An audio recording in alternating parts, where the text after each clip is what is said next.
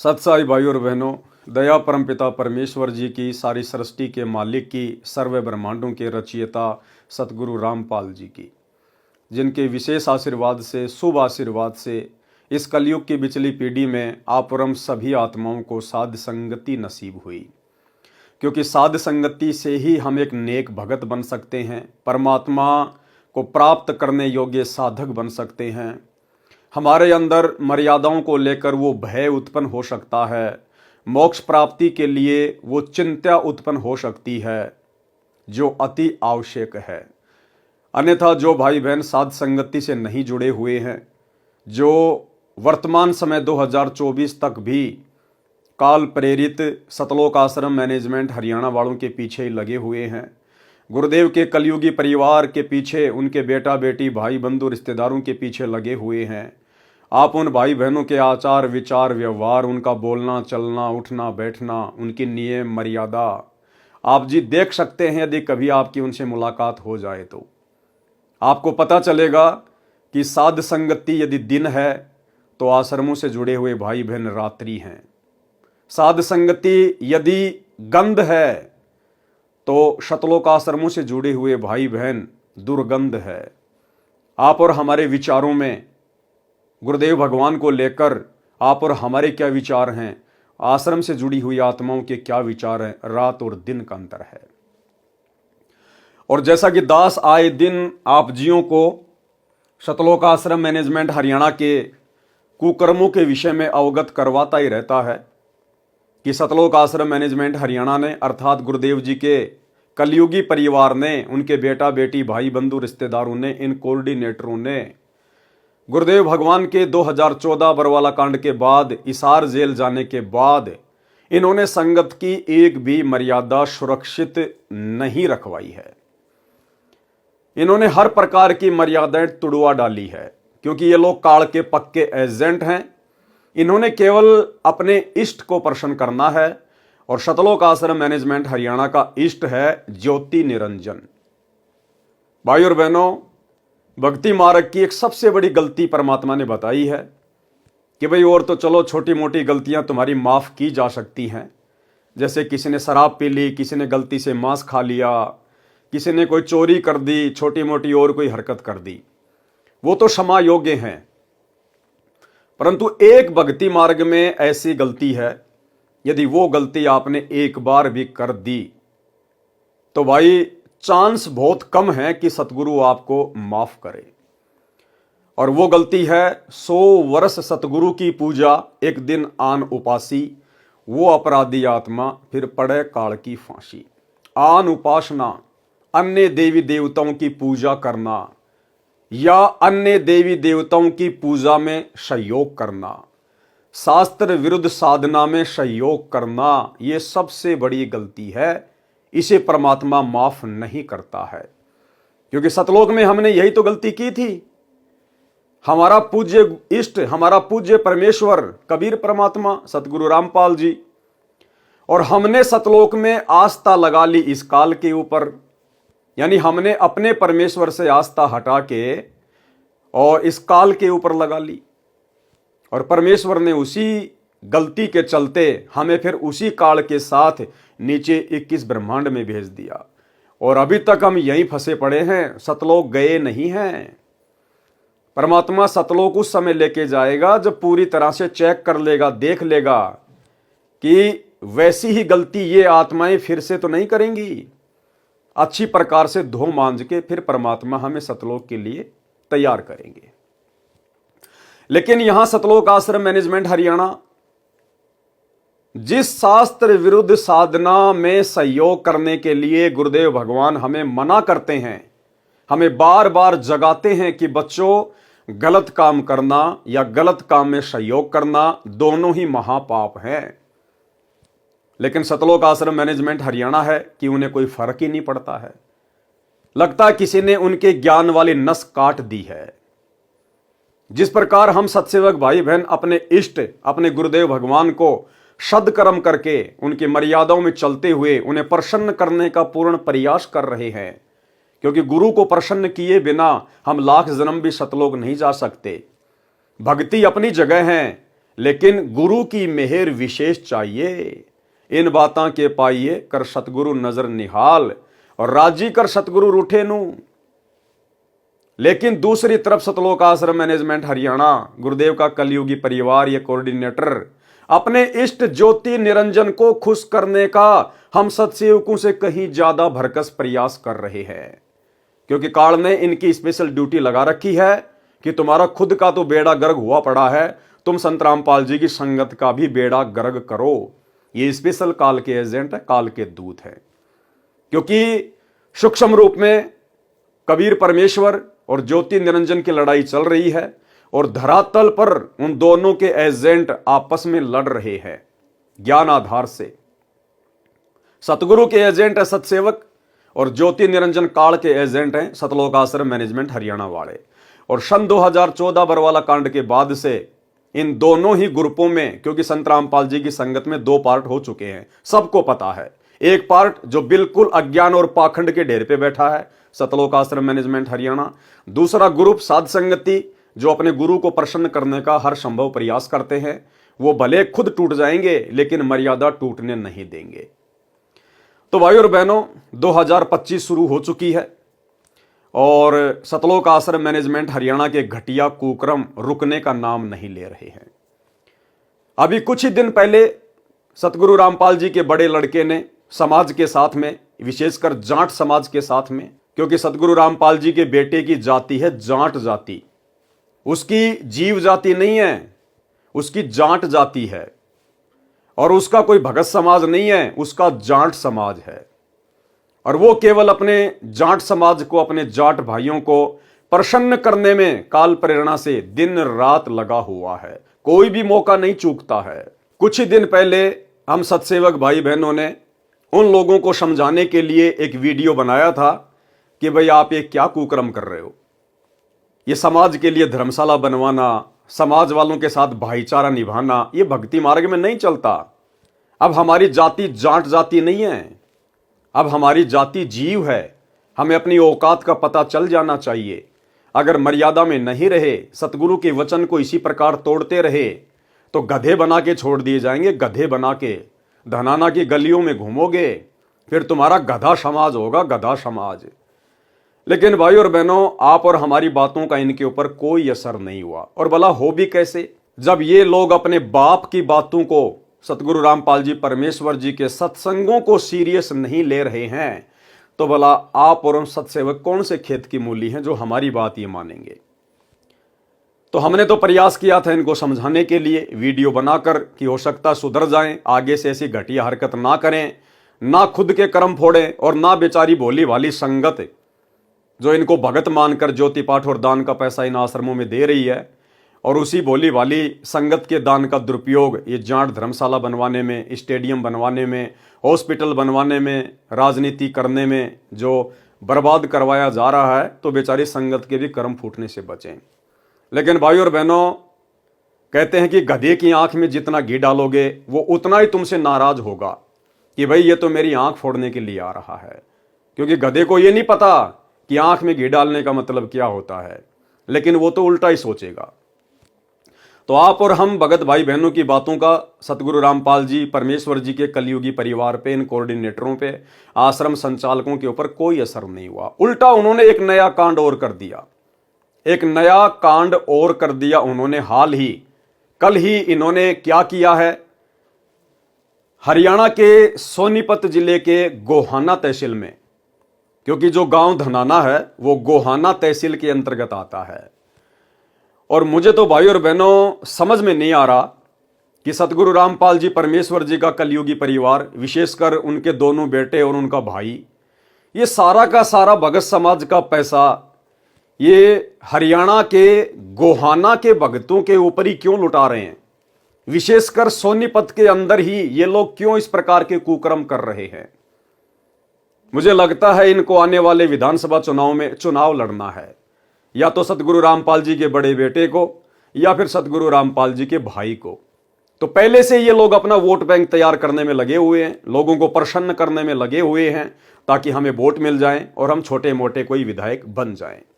अन्यथा क्यों फिर ये इस प्रकार की मर्यादा तोड़ेंगे। ये कुकर्म, ये घटिया और नीच कर्म, शास्त्र विरुद्ध कर्म सतगुरु रामपाल जी परमेश्वर जी ने तो अपने भक्ति इतिहास में 30 वर्ष हो चुके हैं, कभी भी नहीं किया। हमेशा हमें इन शास्त्र विरुद्ध कुकर्मों से दूर रहने की सलाह दी है, लेकिन आज उनका परिवार खुलेआम कर रहा है।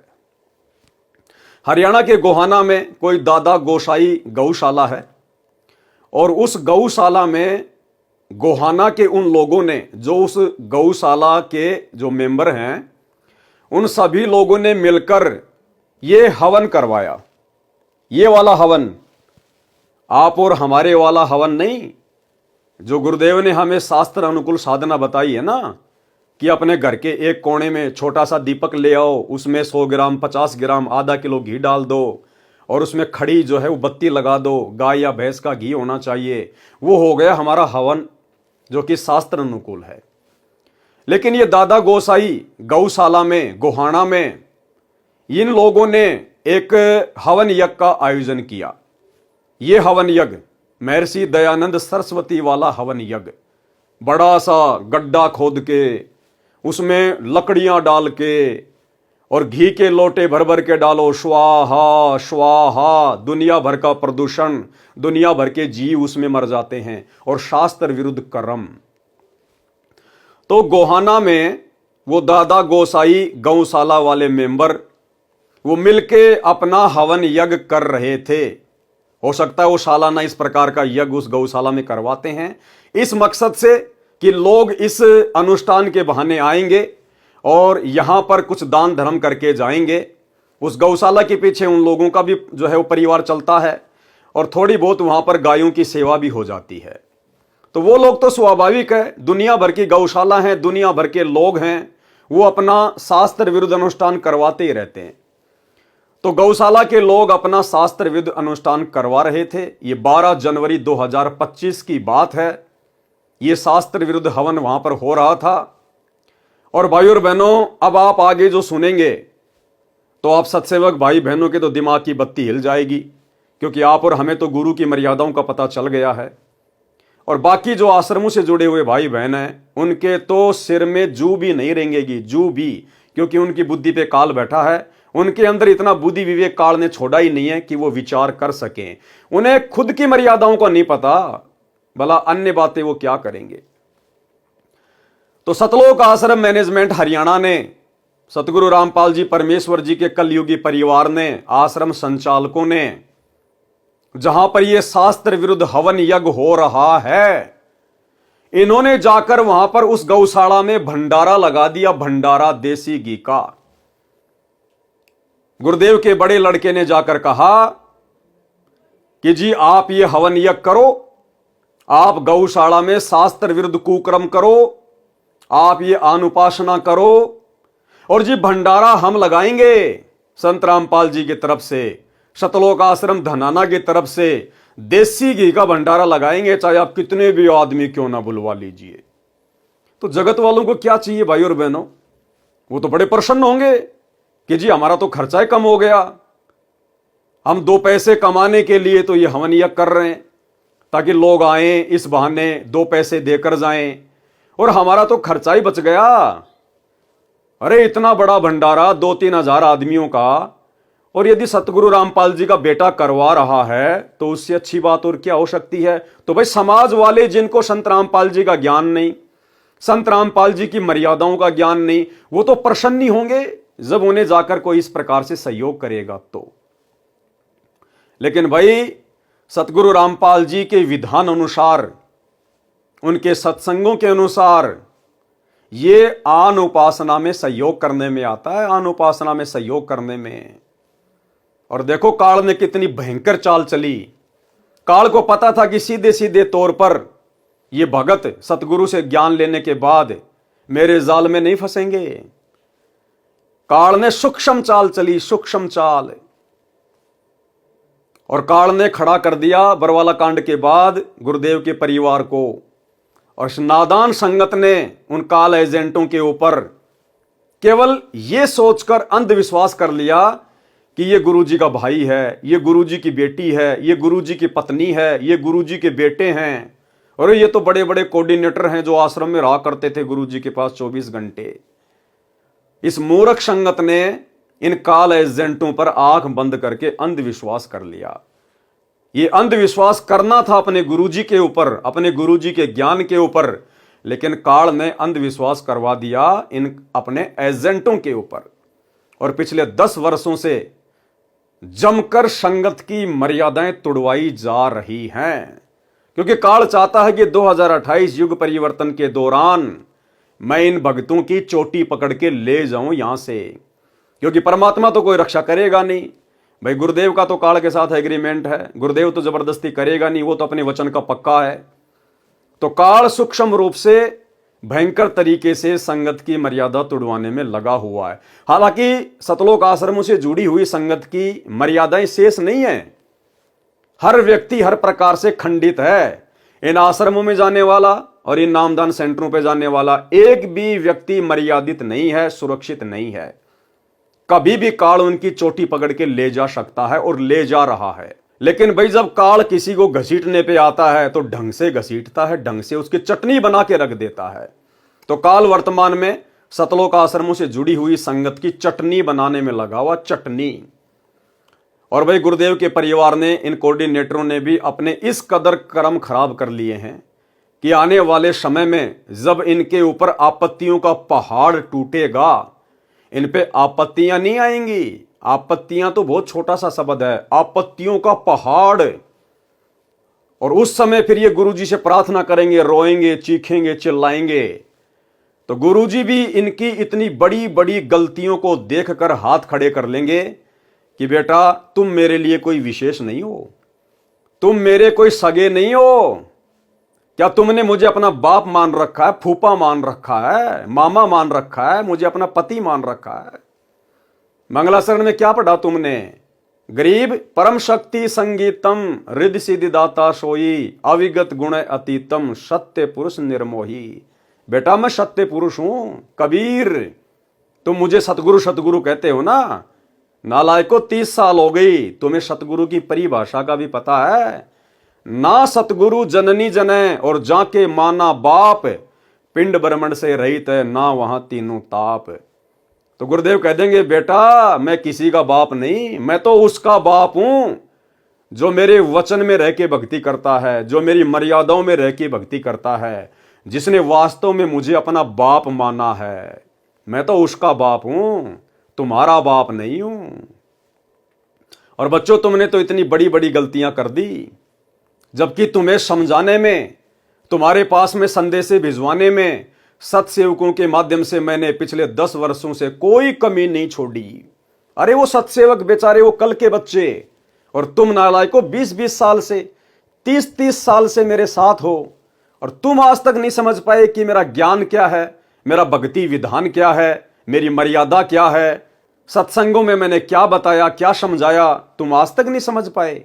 और वो कल के बच्चे मेरे जेल जाने के बाद जो संकल्प ले लेके जुड़े हैं, वो मेरे कल के बच्चे एडी से चोटी तक मुझे जान गए। भैया मैं निर्मोही हूं, निर्मोही। मेरा कोई सगा नहीं है, मेरा सगा वो है जो मेरी मर्यादा में रह के भक्ति करेगा। और भाई तुमने तो पहाड़ जैसी गलतियां कर रखी हैं, पहाड़ जैसी गलतियां। मैं भला अब तुम्हारी मदद कैसे कर सकता हूं? हाँ, यदि तुम्हारा कोई प्रारब्ध का, यदि कोई पुण्य शेष है, कोई दान धर्म का कोई अंश शेष है, तो भैया तुम्हारी सुरक्षा हो सकती है, अन्यथा मेरी तरफ से किसी प्रकार की कोई सुरक्षा की उम्मीद मत करना। तो भाई और बहनों अब आपको दिखाता हूं ये गोहाना की गौशाला, जिसमें ये अनुपासी लोग, शास्त्र विरुद्ध साधना करने वाले लोग जो गौशाला खोल के बैठे हैं, आम जगत के लोग, इन्होंने अपना वार्षिक अनुष्ठान किया, ये हवन यज्ञ करवाया, और उस हवन यज्ञ में जबरदस्ती एंट्री काल ने करवा दी सतलोक आश्रम मैनेजमेंट हरियाणा की कि जी भंडारा हम करवाएंगे। तो अब आपको दिखाते हैं सतलोक आश्रम मैनेजमेंट हरियाणा का भंडारा।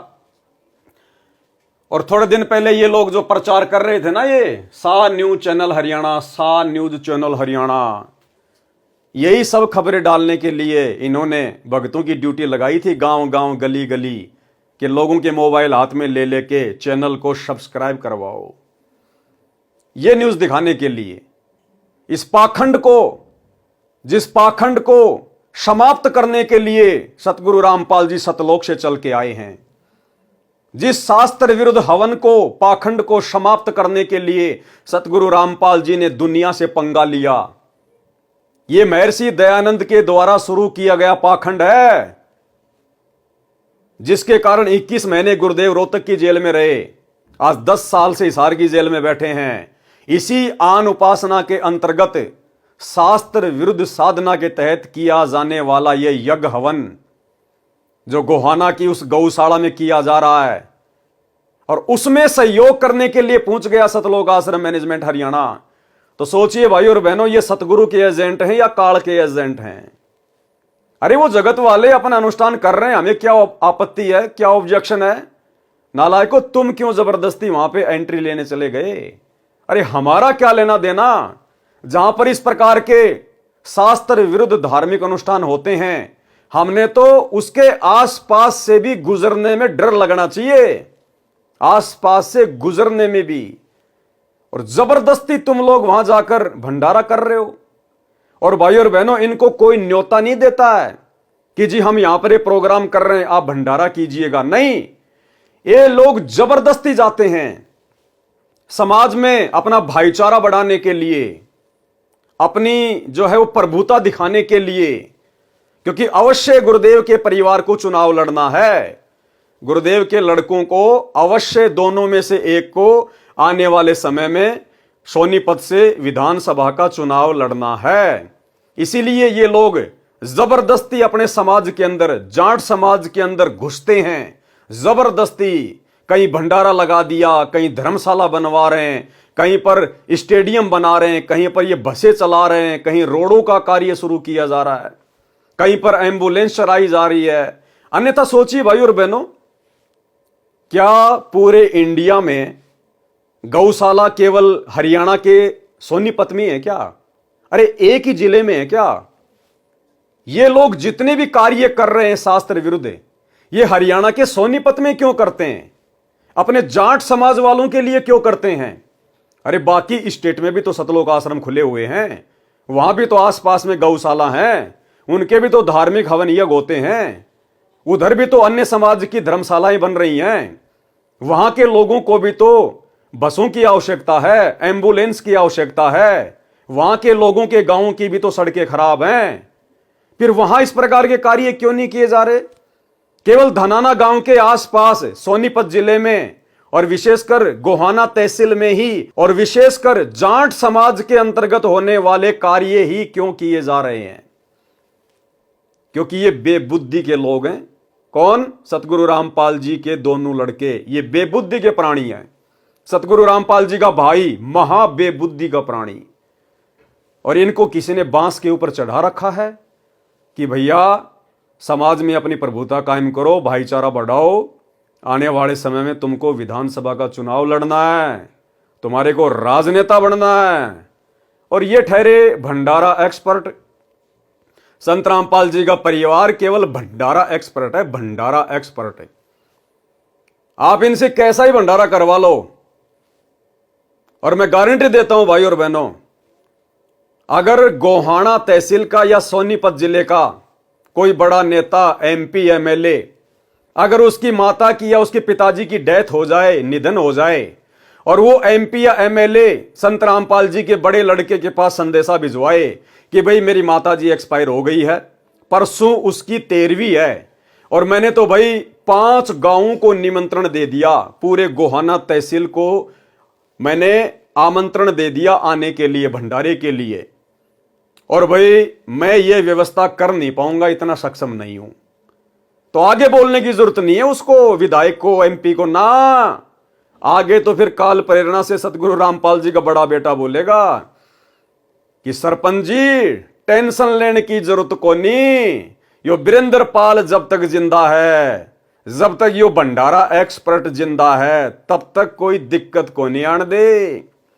और तुरंत फोन कर देगा सतलोक आश्रम धनाना में वहां के भंडारी को, राजवीर दास को, कि भाई राजवीर दास करिए मूर्खों की सेना तैयार, और भाई भंडारा लगाना है यहाँ पे। मंत्री जी की, माता जी की 13वीं चल रही है, इन्हें कोई फर्क नहीं पड़ता, क्योंकि यहां इस गौशाला में भी इन्होंने जाकर भंडारा लगा दिया जहां पर आन उपासना हो रही है, तो वो 13वीं भी आन उपासना है। और ये इस प्रकार का महर्षि दयानंद सरस्वती वाला हवन यज्ञ भी आन उपासना है। इन्हें कोई फर्क नहीं पड़ता भाई और बहनों, इन्हें केवल भाईचारा निभाना है, समाज में अपनी जो प्रभुता है उसको कायम करना है, क्योंकि इन लोगों ने चुनाव लड़ना है। तो अब ये छोटा सा वीडियो दास आपको दिखाना चाहेगा, देख लीजिएगा आप। इन्हीं सतलोक आश्रम वालों ने, इन बेबुद्धि के इंसानों ने अपने खुद के न्यूज चैनल पे डाला है, सा न्यूज हरियाणा, और क्या कह रहे हैं सुन लीजिएगा। हवन यज्ञ के साथ साथ भंडारे और रक्तदान का कार्यक्रम भी आयोजित हुआ। खास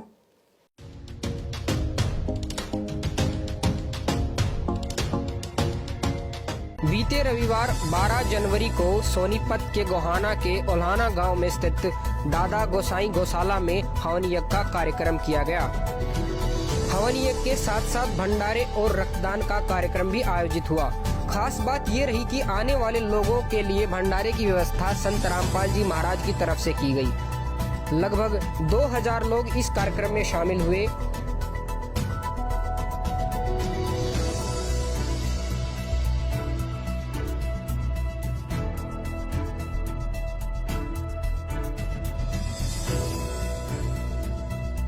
इस भंडारे में लोग इस कदर मुरीद हुए कि भंडारे की जमकर तारीफ की। यहाँ पे तो ये भंडारा वगैरह यहाँ पे जो व्यवस्था करवाई गई है, तो आपको कैसा लगा है भंडारा? बहुत बढ़िया भाई, इस तो बढ़िया है नहीं, कुछ भंडारा तो बढ़िया। और यहाँ पे जो भंडारे की व्यवस्था करवाने समय जो साफ सफाई स्वच्छता के यहाँ पे पूरा ध्यान रखा गया। अब ये जगत वालों से इंटरव्यू ले रहे हैं सतलोक आश्रम मैनेजमेंट हरियाणा वाले, कि यहाँ पर दादा गोसाई धर्मशाला में जो भंडारा लगाया गया है, आपको भंडारा कैसा लगा?